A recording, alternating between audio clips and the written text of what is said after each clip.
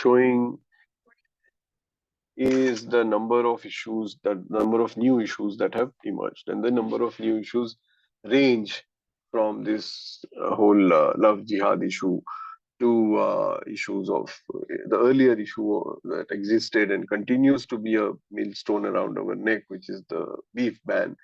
We have, the hijab row that erupted in Karnataka and became a very serious issue, where the courts came in and are yet to take a decision on the same.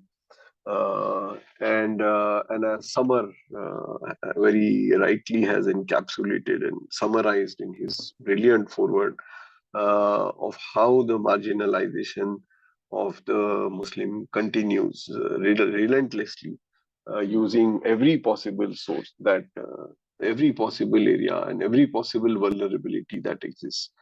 For example, right now we have this bizarre situation of the Assam government arresting young women for having married before they turned 18 in another strange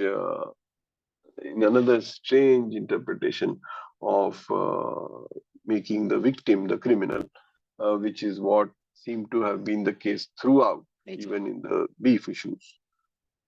So these are the various issues that we are looking at, and I must thank all the contributors for having given really important and comprehensive viewpoints on each of the issues that we have highlighted for them.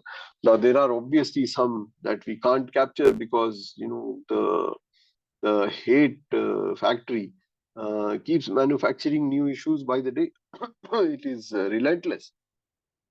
But if you remember this whole flare up and unnecessary provocation on suddenly coming up with something about Prophet Muhammad and going on and on with it, and it only ebbed when the big Muslim nations almost threatened to cut off their relationship. So these things just keep popping up. What we have tried to do is to explain what these are, what do they mean, where do they stand as far as their constitutionality and their law and their legal status is concerned, and what next needs to be done to be able to stem this. That is where we stand today. And Anjana, if you can quickly check with Tanweer, then we can start his discussion. But meanwhile, I must thank here. I have Malika Mistry and Mithilesh who have joined us. Yeah, thanks so much for joining us. It is not a great time, Ramzan evening time, but we thought we'll flag it off today, then continue with this discussion post Ramzan in the run up to this time doing a physical in-person release of this book, so that we actually meet all the authors and take this discussion forward. So that's the background against which we started this series and have continued it.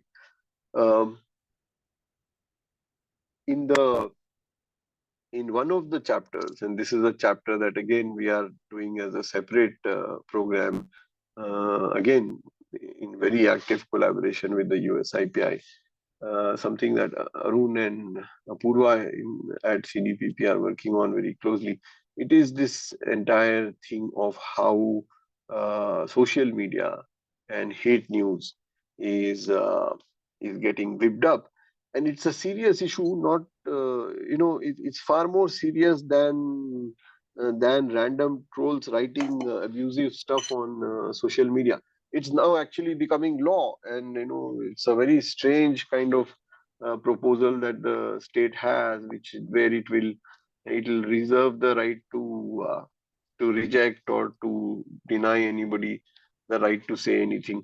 And in a major amendment to the IT Act and the Cyber Act, we are soon going to see some very some very unprecedented changes. So it's important for us to track that. We've been looking at that issue. Purva and Arun will present that later, but it is a situation that is becoming extremely serious now, with people getting jailed for either saying something or for not saying something. So that is an interesting and an important chapter that we are looking at. Um, we have seen that while the while the beef issue seemed to have disappeared for a little bit, has come back again in a big way, and again you see these lynchings, these really terrible lynchings, happen in the predictable states of Haryana and Rajasthan and Jharkhand. So that is again something that we have to visit, as to what the laws are on that issue and why does this resurface. We are also looking very closely at something inexplicable that happened in Bangalore, and a lot of people out there, including a lot of you, must have been perplexed on why suddenly, out of the blue, um, colleges decided not to allow girls covering their head and coming to write exams. And it was bizarre that one state took that initiative and was endorsed by the courts. It's now again a sub judice issue, but given the way things are, uh, unless we understand this and take it up, the the next step might just be as bad as the first one. So that is again a very disturbing aspect that we are faced with. We have uh, important elections coming up. We have an election in Karnataka on the 13th of May, and then we will have some big elections towards the end of the year, including in Rajasthan. And there will be some of these issues that will be whipped up again to drive to convert some votes. But I am delighted to welcome Professor Dr. Tanweer Fazal to the discussion. Tanweer has been a very close ally and someone who's considered one of the more responsible academic voices, understanding India's social structure, understanding India's political economy, and writing on that. So Tanveer was someone who we rushed to when we were discussing these issues, and Tanveer then has provided us with a fabulous chapter that he has kindly agreed to discuss with us today to flag off this series. Tanveer is a very well-known professor. He's at the Hyderabad Central University, divides his time between Delhi and Hyderabad, and writes like very few others do. So over to you, Professor Tanweer Fazal, for your discussion on your paper and what you are pointing out to as the concerns that the Indian Muslim faces now and further. Thank you, Professor Amirullah, and for a very generous introduction. I'm sorry I could join late because I was there in another meeting. And, you told us, yeah. So, well, this is a thing which I wrote in a particular context. Although some of the questions which are there are reflections on through observation, through your comprehension, understanding of as to how you see both politics of a certain kind and the politics which is also within the counter politics of certain kind. So this section which I am looking at the new Muslim public, civil society, and the anti-CA protests. As the anti-CA protest as the background, so I don't need to probably explain this audience that anti-CA, I mean Citizenship Amendment Act, which was passed in 2019. And my understanding, as I write in the paper as well, that it is no less than similar to the Nuremberg laws, which were passed by the Nazi regime in the 1930s, which made various kinds of distinctions between the German nationals, whether they were Jews or of German origin. This included ensuring distancing, ensuring differentiated citizenship, etc.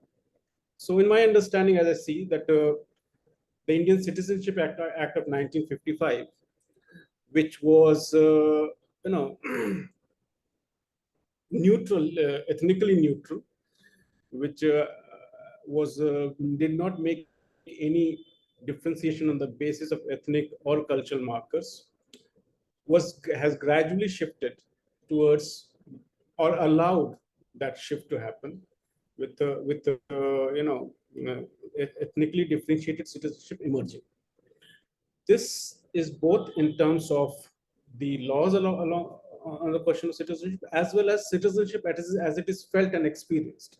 So while on one side we have what is called the formal guaranteeing of citizenship, but which is through the constitution, the system of jurisprudence, etc.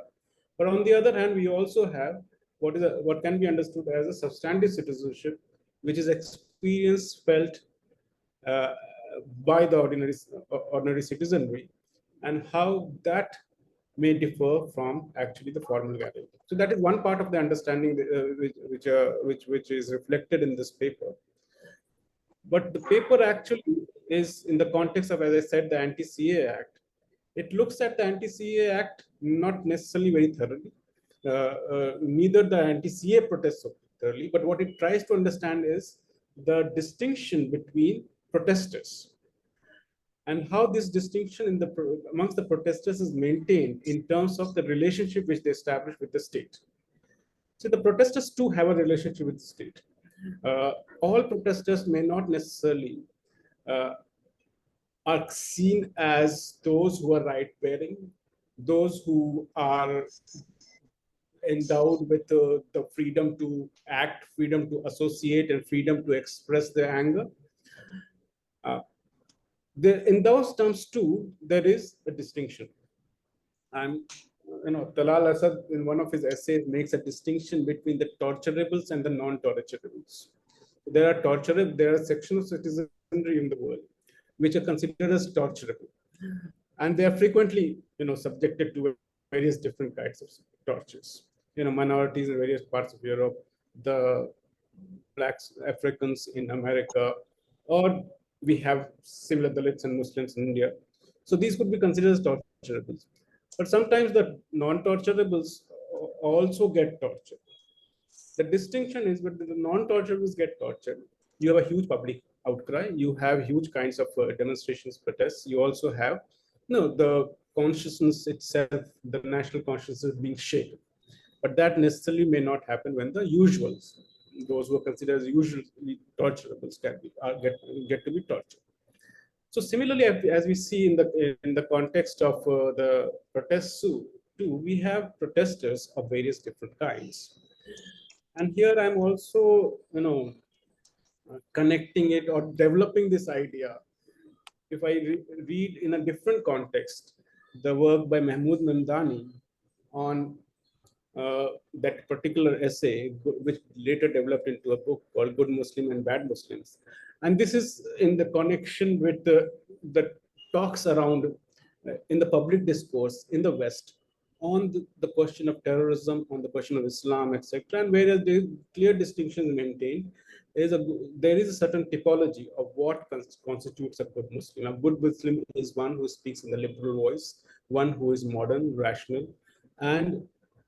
but at the same time, the good Muslim also has to constantly prove this dimension of his rational, modern secular side. And this is very frequently called into question.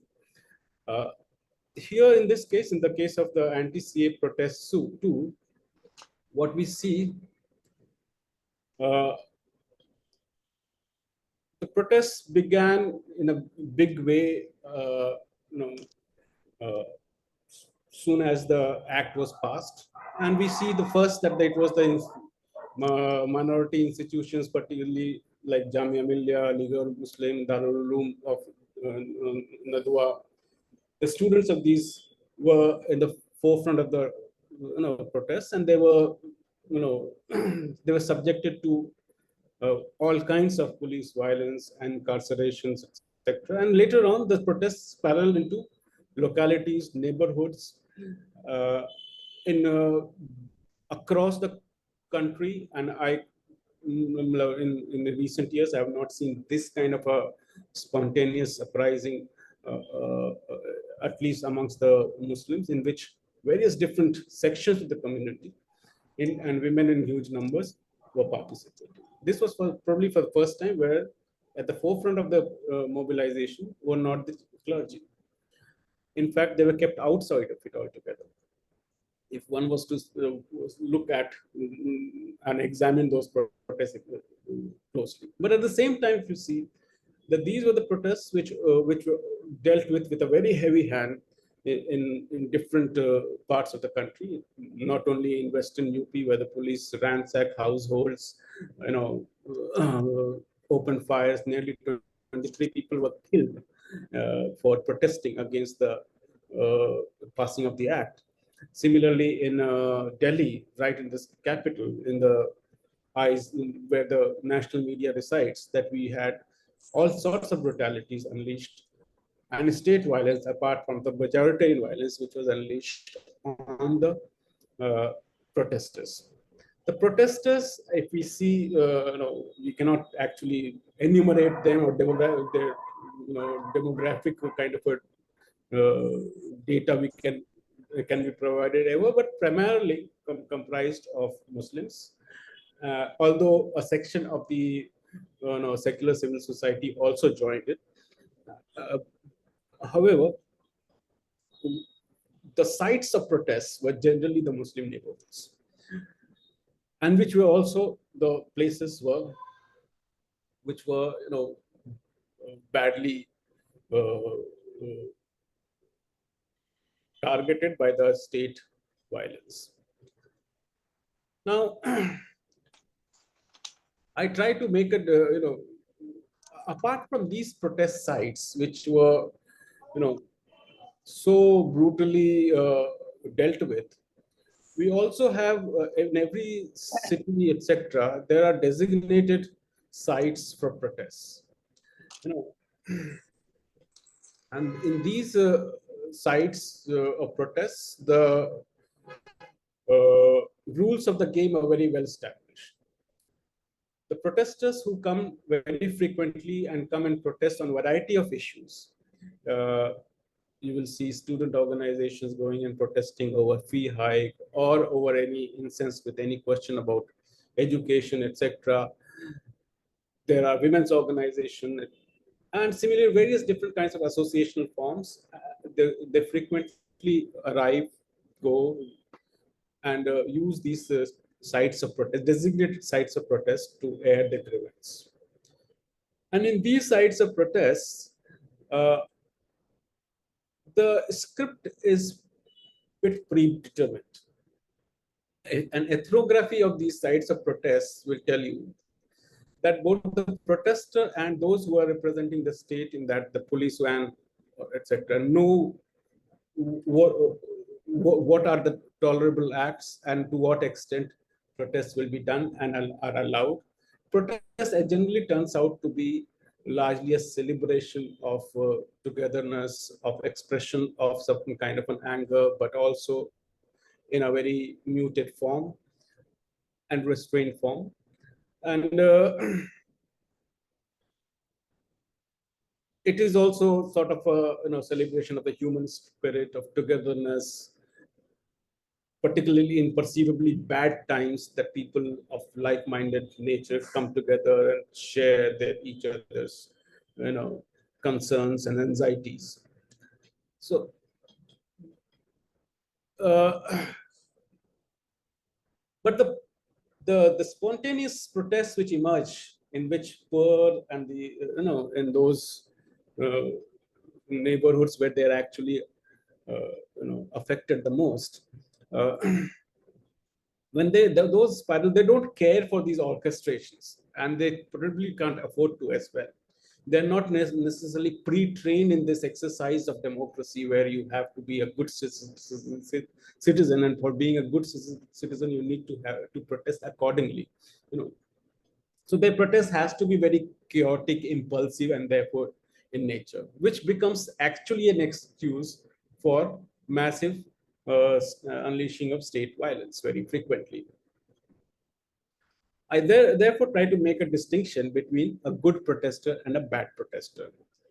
The good amongst the protesters are considered to be those who demonstrably follow the delineated trajectory of civil society activism, namely protests as scripted events and not ventilations of collective anger and frustration, neither as movements to reclaim what is lost. A gathering of some very prominent, well meaning individuals and their followers will necessarily go register their disagreement with the state for its actions or inactions. The good protester is rarely the direct victim of the excesses they come down to resist. The good protester is not the direct victim of protest. In contrast, the so-called the bad protester is assumed to be unruly, irrational, primarily on account of being a first-hand victim. He is the person who actually is the first-hand sufferer of those actions which he is protesting. For example, the whole, uh, you know, uh, gathering of Muslims who came out against the CAA felt that their citizenship was now under question. That the next what is going to follow was the NRC, and after that, a good section of them may be expelled or declared stateless. They knew that who were the targets of this entire CAA action. So, uh, so these are, in that sense, considered as bad protesters, those who are representing themselves rather than representing other victims, quote unquote. Uh, uh, Plausibly poles apart, these two spaces of protest have their also moments of convergence. It's not that they're completely poles apart. At times, there is a convergence, complementarity as well. Uh, During very high tides of anger and outrage, there is sometimes, you know, uh, cross fertility between these carefully compartmentalized spaces. The poor, the Muslim, the Dalit, and other oppressed sometimes make inroad into these designated sites of protest too.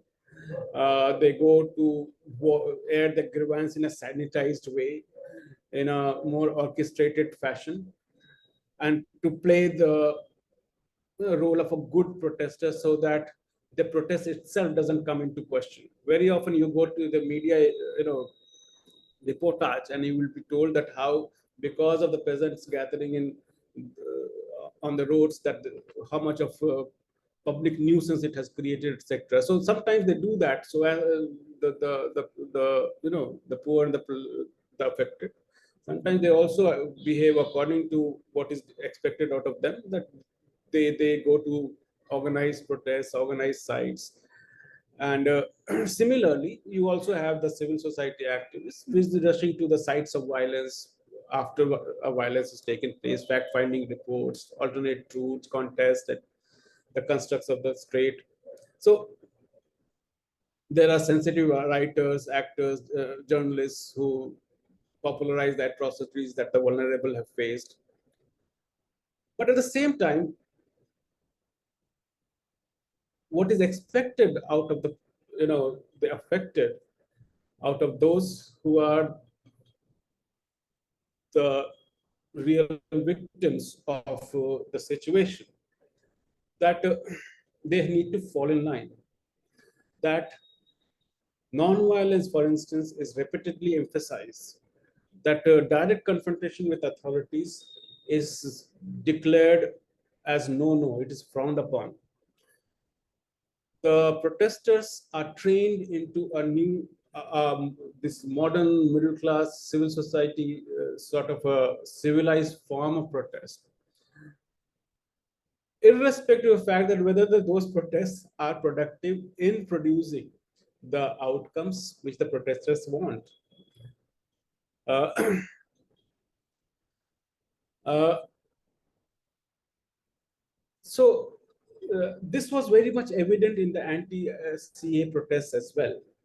If those who were closely, who were the participants or those who were the close observers of these protests, we could see or separate amongst various different kinds of protesters. Those who were the first-time protesters, who had come out after because of sheer anger. They were not burdened by any kind of a, compulsion to protest every, uh, every action of the state which was seen as inhuman. But those who really were the direct victims, or felt that they were going to be the direct victims, and these were the people who may not necessarily have frequently visited protest sites. So their anger in that sense was spontaneous. And on the other hand, you also had sections of civil society activists frequently visiting those sites, making big speeches, and telling people that when you're protesting, you should know how to protest. That this is to be done, this is not to be done. That this language has to be spoken, this language has not to be spoken. They came with a certain kind of a moral authority.